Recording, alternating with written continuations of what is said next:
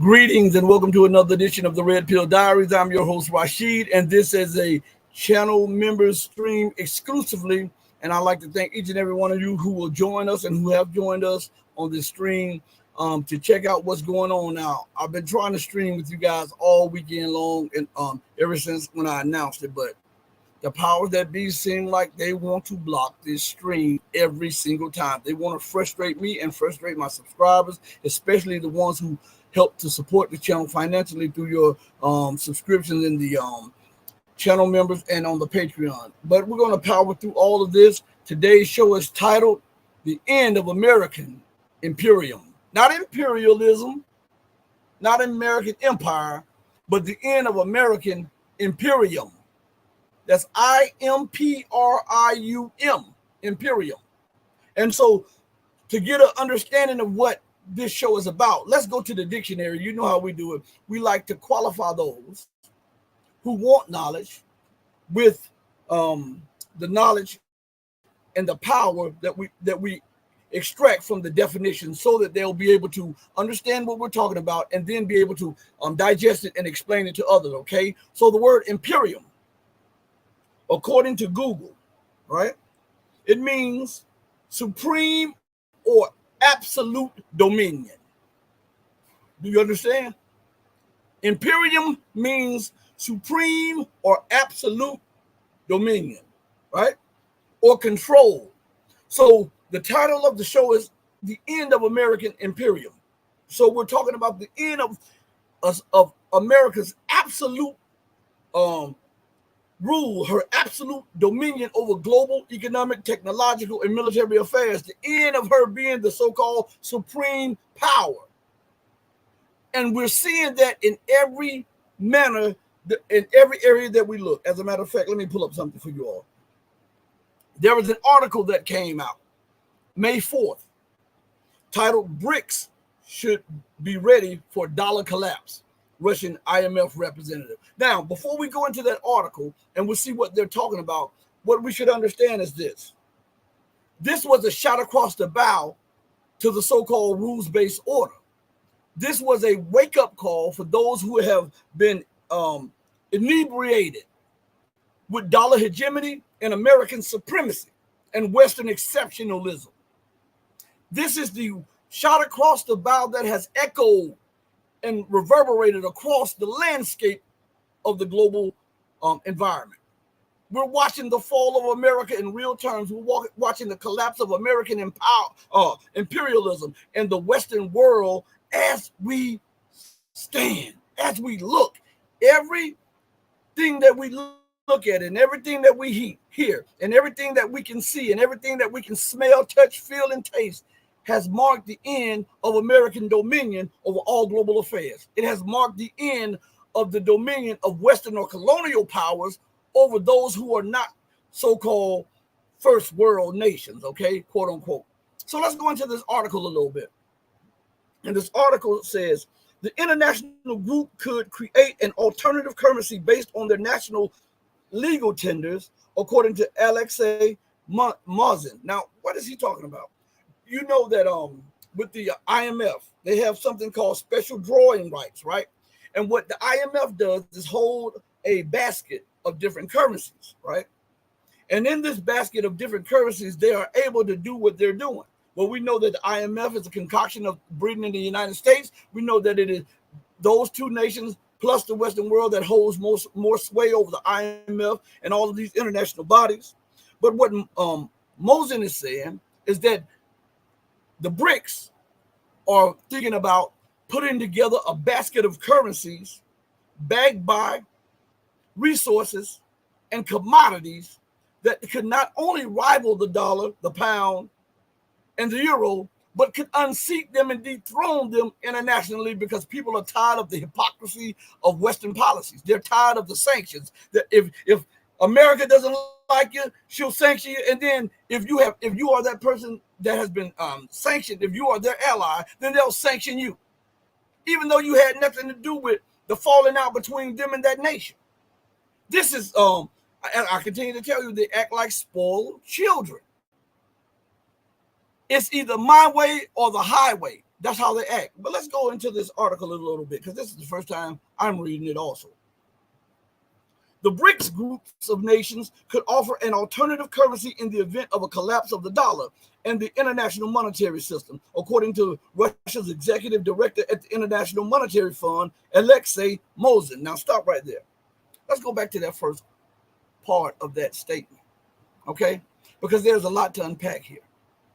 The BRICS group of nations could offer an alternative currency in the event of a collapse of the dollar and the international monetary system. Now, why would he say that? Well, he is letting you know that the signs, all of the barometers, all of the indicators are pointing towards an eventual collapse of Western hegemony. And the way to collapse an empire is to deprive them of the life's blood, which flows through the empire, which gives it its life and gives it its purpose and meaning and gives it its strength. We know no other thing in the Western world, not even the military, that gives the U.S. and the West their power more so than the dollar. The dollar has been the life's blood ever since the Bretton Woods and a little bit before that. The dollar has been the life's blood of Western hegemony. The dollar has been the life's blood of racism from the West. It's been their colonial tool. It's been their sanctioning tool. It's been a tool to bring everybody into subjugation to Western policy dictates and principles, right? So what he is doing, he's shooting a shot across the bow of the Western world. And he is not saying that it will collapse. He says if, right? If. So he is now considering a possibility that was once considered to be a non-starter, an impossibility. And why would he consider that? It is because all of the signs, mathematically, scientifically, historically, economically, and militarily, are pointing towards an ultimate collapse of the dollar as the world's reserve currency, which means the ultimate collapse of the American military power, which means the collapse of the Western world. That's what he's saying in so many words. So, but he's alluding to it. But let's go a little further.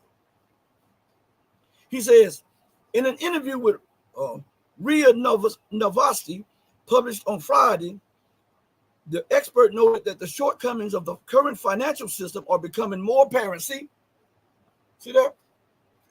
The shortcomings of the current financial system is becoming more apparent. Why? Because all of the economic barometers, all of the things that you measure wealth, prosperity, government stability, national sovereignty, all of those things are being undermined and cut asunder.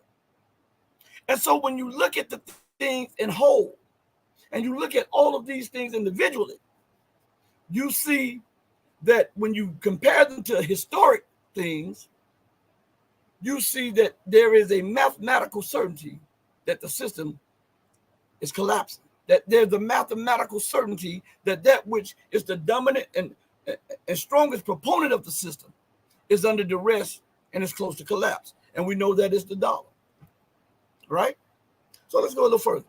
And for those of you who see me do this, I've been a little lightheaded today, so you have to forgive me. So I have to do this to get my focus a little bit. And I've been really lightheaded, and I've had a headache all day long. Okay, so I want you all to forgive me for that. But I didn't want to leave you. The first time I was able to stream with you all, I just jumped on, even though I was lightheaded, and even though I have a headache. I'm jumping on with you all because they have been preventing me from doing this. Every time I try to set up a stream, it's cut asunder.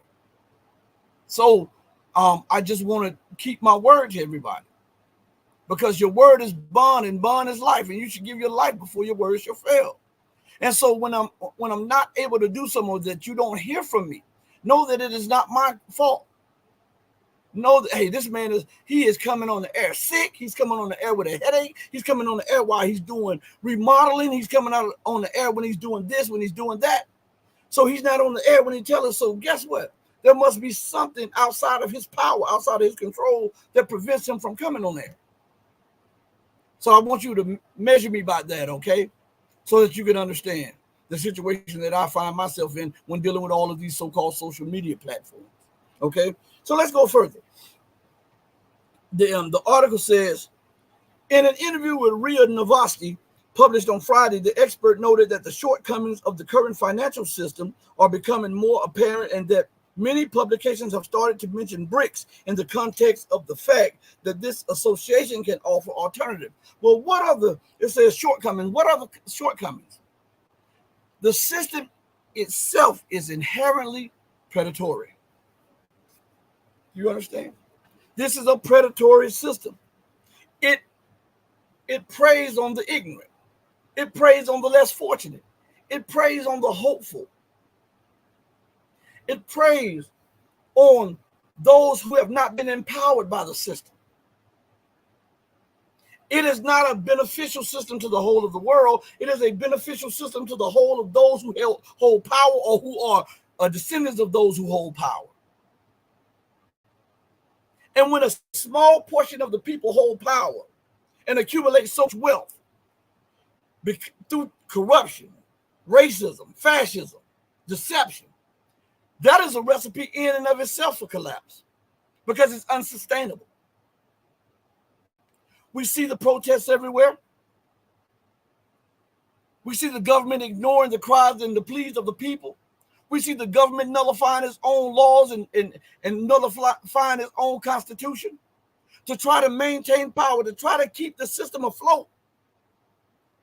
Everywhere you look, you see fissures and cracks in the dam called Western hegemony. You see the leaking out of water. And sooner or later, the fissures will give way to giant cracks, and then the dam itself will collapse. That is where we are right now when we deal with technological issues. Well, America trying to sanction China. That's where we are right now when we deal with cultural issues. When America tries to impose her liberal craziness on other nations. That's where we are right now when America tries to impose her fascist policies on others through sanctions and through military force and through assassination programs and occupation. The dam is steadily being hit by fissures, and these little cracks are starting to merge into bigger cracks, and these bigger cracks are weakening the stability of the dam itself, and soon will give way to an onslaught of water, causing the dam to collapse completely. That's where we are right now, financially, technologically, militarily, politically, and culturally. The dam is giving way. And those who have benefited from the dam of hegemony, from the dam of racism and fascism, from that dam of exceptionalism and privilege, they are in a frenzy right now, trying to maintain their power, trying to maintain their influence and their presence in other lands. What would be totally unacceptable to Americans if African nations had bases in America. Hey, it's okay if America has bases in Africa. What would be totally unacceptable to NATO nations and American nations if Asian nations had bases across all of NATO stand. It's acceptable when NATO stand nations have nations in those bases in those nations. The hypocrisy, the arrogance, and the racism of the system is now weighing at such a heavy weight that it is almost like the sword of Damocles about to chop off the head of the wicked ruler. That's what listen, you've got to look at these things in the way that they are and not the way that you would like them to be. We're steadily moving down this path of renewal. Now, let me tell you what I mean by renewal. All right, before I go any further.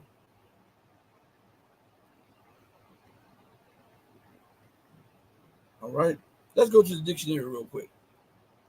The word renewal, that's renewal, I know sometimes my southern accent can hammer a word. All of my children, they speak proper grammar. I'm a country boy, you know what I mean?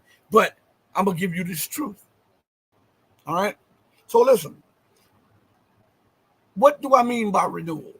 Okay, the word renewal means an instant of resuming an activity or state after an interruption, a resumption, a recommencement, a renovation, and here we are right here, a restoration. See, when something is to be renewed, look at what happens when they have controlled fires, right? In little wetlands or grasslands or in forests or something like that. What they're doing is getting away that growth that is stymieing new growth, right? And when that controlled burn is put into play, it may look destructive, right? But those who put it into play understands that before there can be a renewal, right? This which is hindering the renewal must be moved. And once that growth that has hindered the renewal is removed, then you see life more abundantly sprout up, stronger, more lush, and more abundant. That's what we are. So we are looking at a burn of the economic system here. Now people are seeing the corruption of it. Why? Because it's no longer just affecting blacks in Africa and blacks in America. It's no longer just hitting Latin Americans. It is no longer just hitting Asians. It's no longer just hitting the Middle East. It's now reverberating back to those non-black, non-brown, non-red, and non-yellow people in America and Europe. And so my mom used to always tell me that experience is the best teacher. It's one thing to tell a person that the system is unjust to you, unfair to you, racist to you, and it's totally against you. But it's another thing when the system shows its face to those people who you are trying to convey that to. And they get a better understanding of what you've been crying about for decades, because it is now in their front door. This is what I'm telling you. So no longer are just Black Americans screaming and Latin Americans screaming and Asians screaming. Now we have white Americans, white Westerners are now screaming to the top of their lungs about how unjust and unfair the system is, and how it is predatory, and how it is fascist, because it is now affecting the almost the entire population of the planet Earth. And so when you experience it firsthand, no one has to force you to understand their view. You are now understanding it through experience. And now there's a call for something new, a new change, something that'll be more just, more fair. But those who have benefited from the system and those who have benefited from power are fighting tooth and nail to try to maintain that which they have been inherently made wealthy through or given power through. So you see them making irrational steps, implementing irrational policies, because in their irrational head, the irrational is rational to them.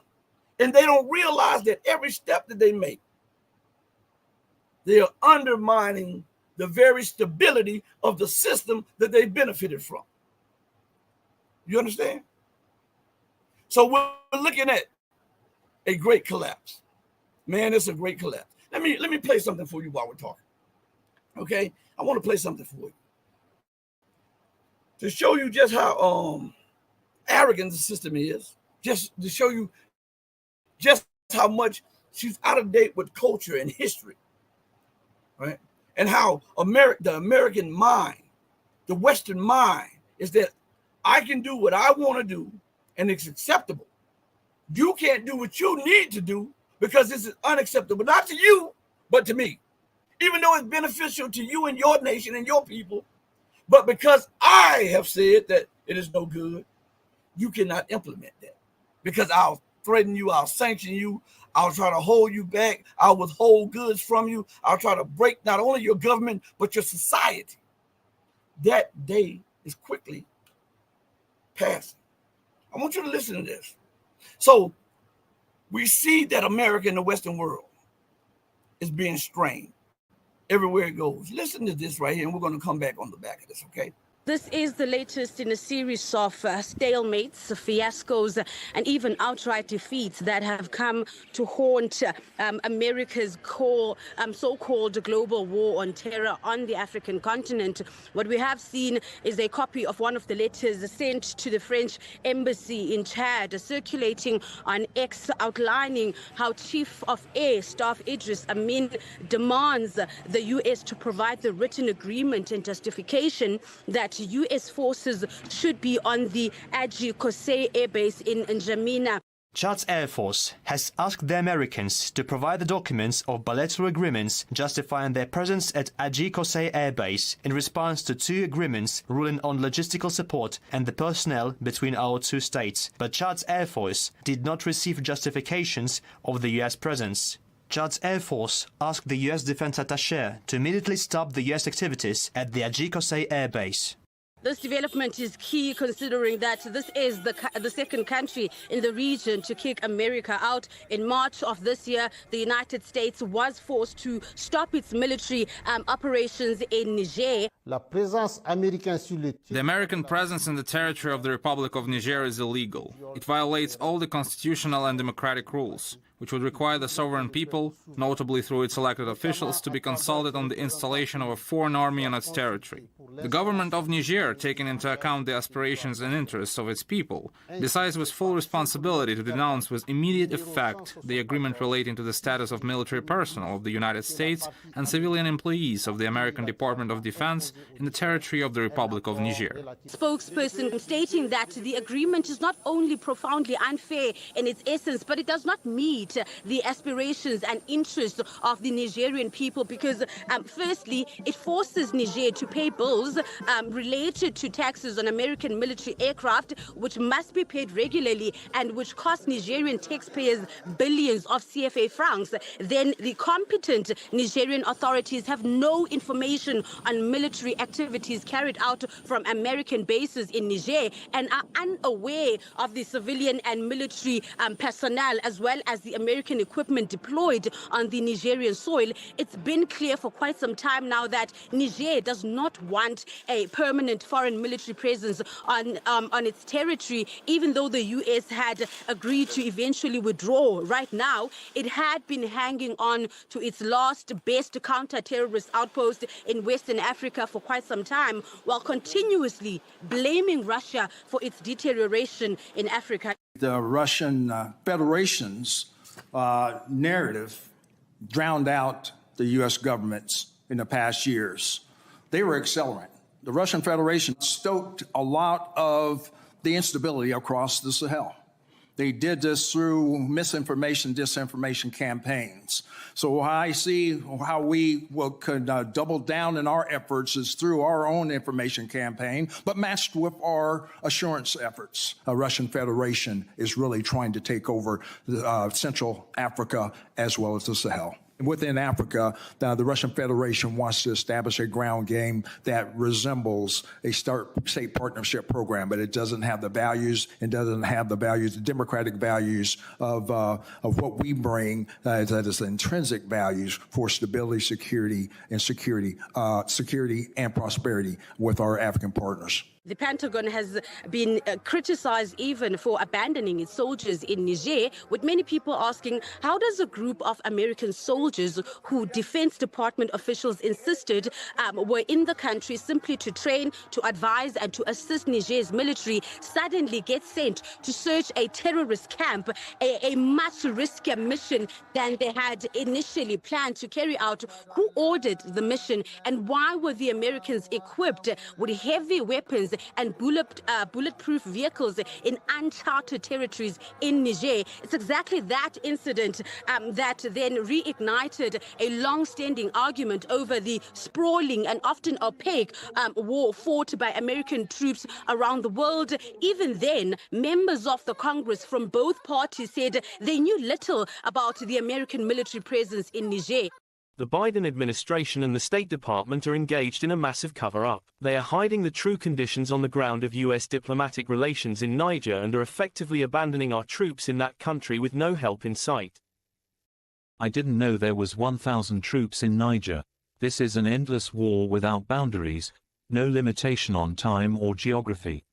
We don't know exactly where we're at in the world militarily and what we're doing. The U.S. knows that the war on terror is a big failure in Africa, far from reducing the violence that it always makes noise about. In fact, the results of U.S. assistance in Africa speaks for themselves. A recent report indicated not so long ago that violence on the African continent is far worse than when the U.S. military came in to help the African continent, revealing that deaths from terrorism in Africa have skyrocketed to more than 100,000% during the U.S. war on terror. And at this point, the U.S. may yet salvage something in Chad, but if it exits, that will not necessarily be a tragedy for Chad, the same way its exit is not a tragedy for Niger.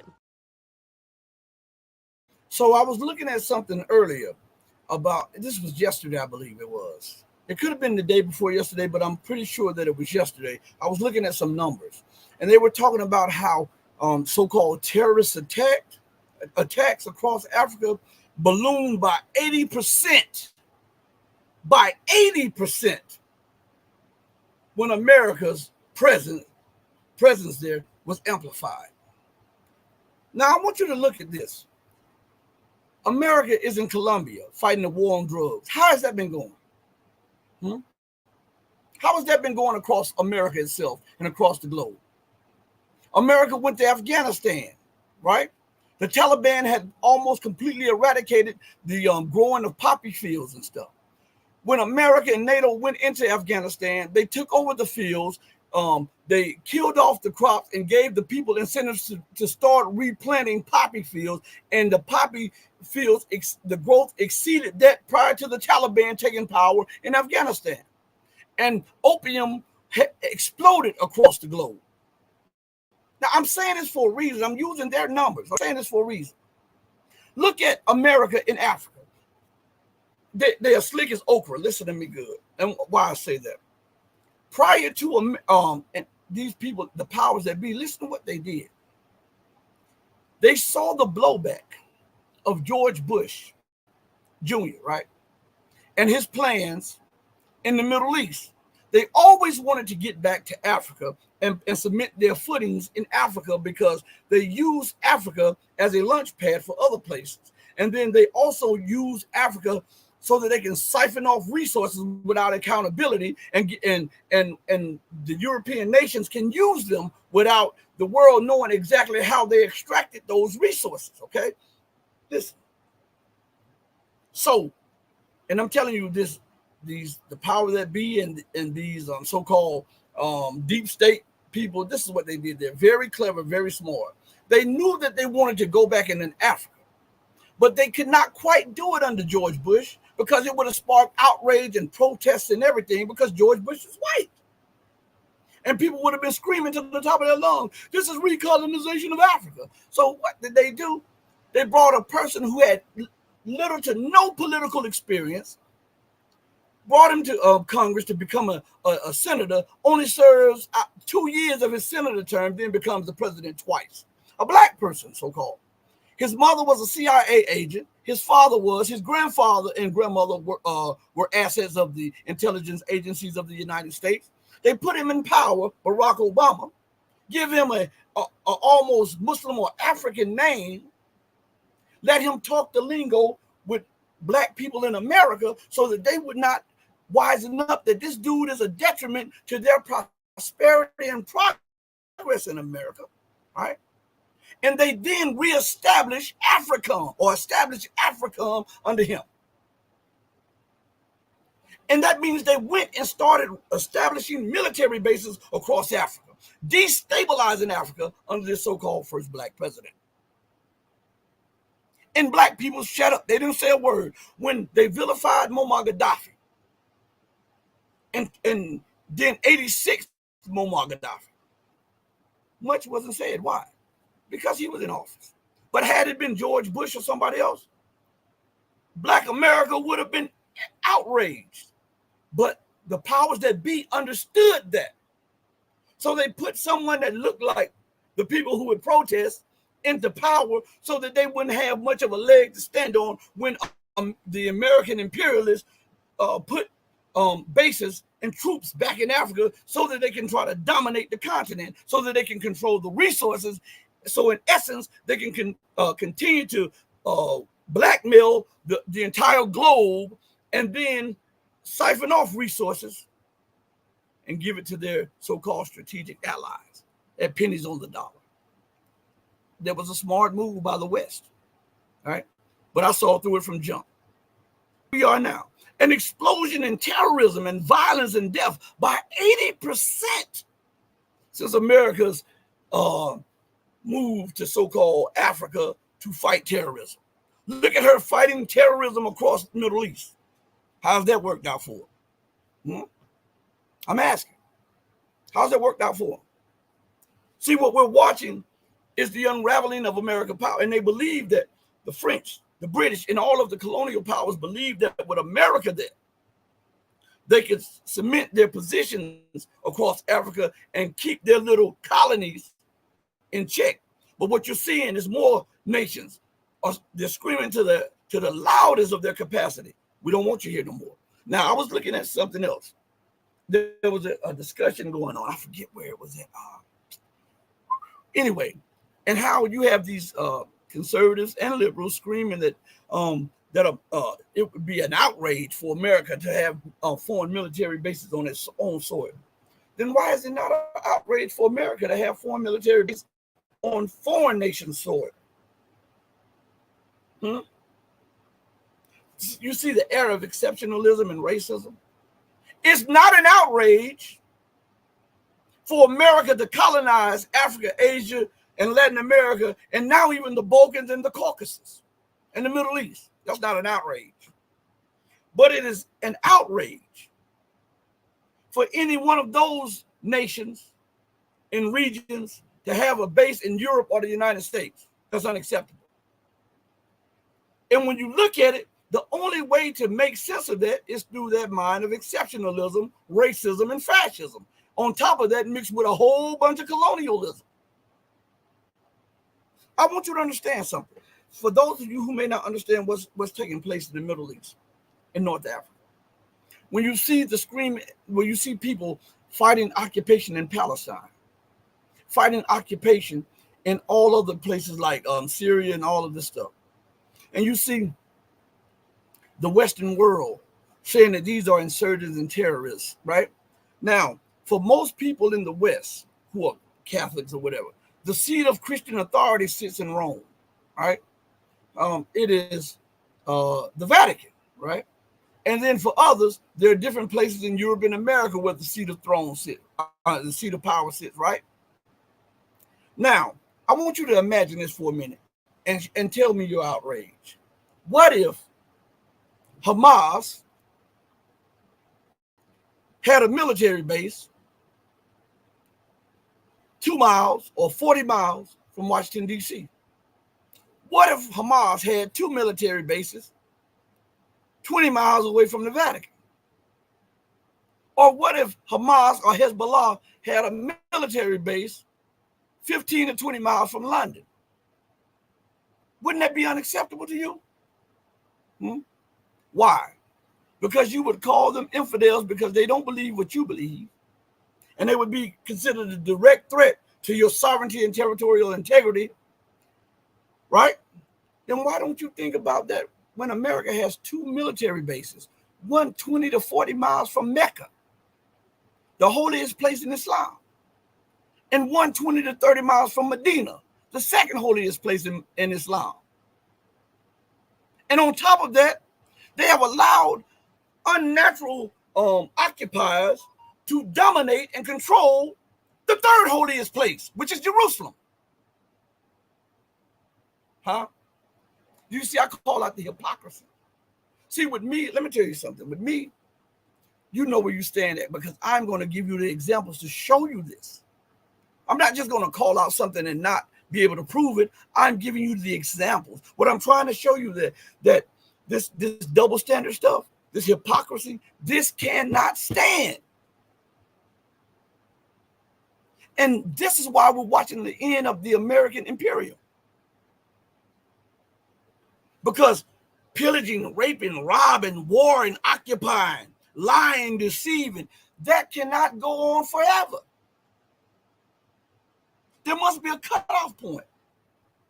And you see the nations are lining up against America's position, against the Western colonial trap, right? Listen, let's go to something real quick. I want to, hold on one second. Let me go back to that article that I was reading about the currency, and we'll go back to Africa. Then we'll try to connect a few things real quick before we end the show. Listen what it says. Mosen explained that it is possible for the economic bloc's member countries to create a currency that would be, see, I told you this right here, listen to this, that would be built on a basket of currencies of the 5 member countries, which would include the yuan, the Chinese yuan, the Indian rupee, the Russian ruble, the Brazilian real, and the South African rand. That's what I was just telling you guys. This is why those nations are under attack. Do you notice that all of the permanent members of and the original members of the BRICS are under attack? If we look at the B in the BRICS, Brazil, most people don't understand that Brazil is under occupation. You know, the Lula, the president of Brazil, he is constrained from what he can really do because America, there are certain, and this, I've learned this a few days ago, I didn't even know this, that there are certain institutions of government in Brazil that are totally controlled and owned by the United States since that coup. And that is why Lula da Silva has been constrained in his policies right now. A couple birdies had to whisper that in my ear. So they are trying to make Brazil irrelevant. Now let's go to the R, Russia. What is going on with Russia? America has stolen the resources and is trying to steal more of her assets in the Western world. She's vilified it. She used one of the institutions to issue an arrest warrant to try to delegitimize the duly elected president of the Russian Federation. She's waging a proxy war that could turn into a hot war at any moment against this nation under the governance of Vladimir Putin, right? And at every turn, she's doing her best to undermine the peace and stability of the Russian Federation, right? Let's look at the I, India. That right, India, out of all of those nations, is a question mark. Because India wants to side with the East at times, but it wants also the benefits from the West. And when you have a person that rides the fence like this, they're not trustworthy, completely trustworthy. They have to, as they used to say, as Brother Baldwin used to tell me, you know, you gotta pee or get off the potty. You gotta either be a man or be a boy. You can't be a man boy. So India, wanting the respect of the West and wanting some of the technologies of the West, tries to undermine China's rise also, thinking that this will lead to a faster Indian rise. And China is a BRICS member, right? And so, and this is what always gets me about India. Everything that China does, India looks at it with suspicion, right? But they are always, and this is what Black America suffers from too. You know, they suffer from this a lot.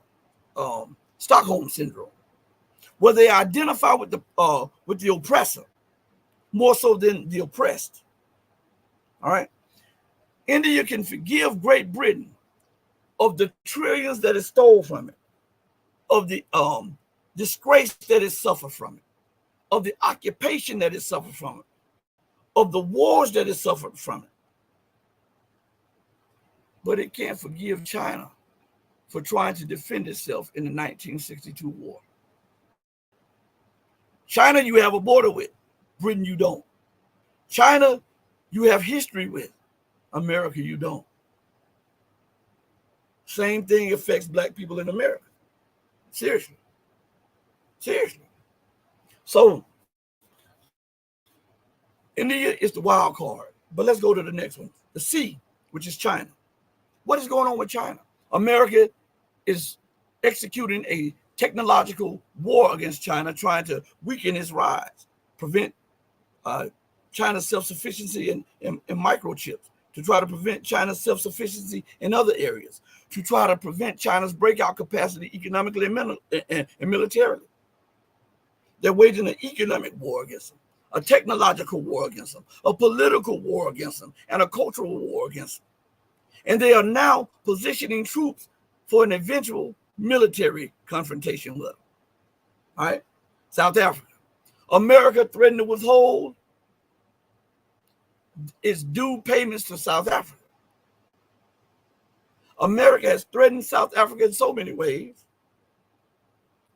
has even sent people over there to say, don't trade with Russia. Now, Russia is a member of BRICS, I might add, or you can suffer secondary sanctions. Do not allow President Putin to land on your soil, even though Russia, the Russian Federation, is a BRICS member. The U.S., which is not, is trying to tell another BRICS member to not allow a BRICS member's head of state on his own soil. If that is not a spit in the face to Africa and BRICS and South Africa, what is?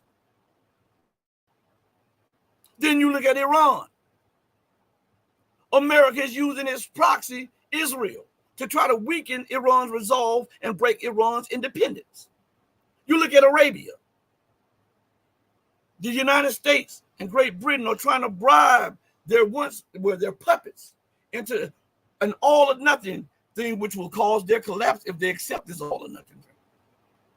Everywhere you look, they're trying to undermine BRICS, because BRICS stands as a roadblock to Western hegemony and dollar supremacy. And all of this is exhausting the empire, I might add. All of it is exhausting the empire.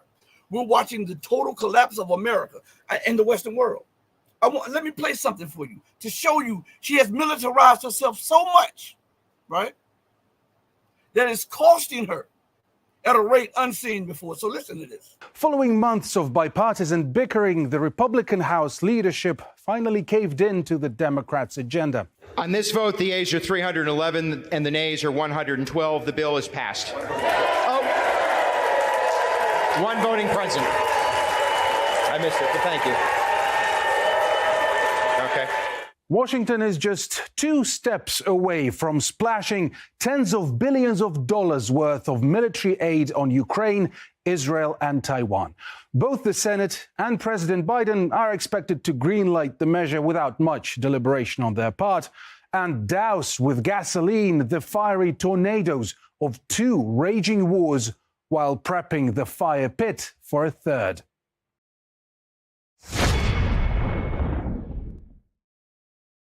The bill in Ukraine has seen the most infighting on Capitol Hill. House Speaker Mike Johnson drew much ire from his fellow Republicans for plowing ahead with the vote to send more American taxpayers' money to notoriously corrupt figures in Kyiv. You see, the United States taxpayer has already sent $113 billion to Ukraine. And a lot of that money is unaccounted for. Ukraine is not a member of NATO, but the most important thing you hear in Washington, D.C. is, oh, we have to spend Americans' hard-earned tax dollars over to Ukraine and keep the money going to continue to murder Ukrainians, wipe out an entire generation of Ukrainian men. 2.5 years into this war, we still don't know what success looks like. Is it Crimea? Is it all of the Donbass? Is it hold what you got? We don't know. We just can't afford it. This new spending, $60 billion, is designated as emergency spending, meaning it goes straight to our national debt, a national debt that grows every single second to the tune of $8 billion every single day. And by the way, while I was speaking, we have added another $5.5 million to the national debt. See, Republicans have been clutching to their very thin majority in the House, hoping to leverage that influence. They give the Democrats a vote on Ukraine aid and in return get a win on the domestic front, tightening the U.S. border. No wonder Mike Johnson faces an ouster by his own party after flushing all that down the drain and sending billions of dollars to, well, that's actually quite interesting. To who exactly is all this money going? See, Vladimir Zelensky's legitimacy. So I stopped that there. That it's a real good video that I'm going to play. It's about 8-9 minutes. I'm going to play the whole thing on the live, but I want to give you the first taste of that. So listen, what we're watching is a slow, well, no longer slow moving. This is a fast moving crash. The train of Western hegemony left the station and ran and was derailed, and now is flipping and rolling down a mountain. Everything that is in his way can get touched by the madness, by the anger, by the fatalism of those who run empire. This is the fall of America. I mean, it's clear as day. This is the fall, and nothing can hinder the fall. I'm going to tell you why. It's simple, excuse me. I wanted to go in more depth, but I looked at the time, and I do have to go get my daughter from work. So listen, how can you expect to be successful when you continue doing the things that got you in this position?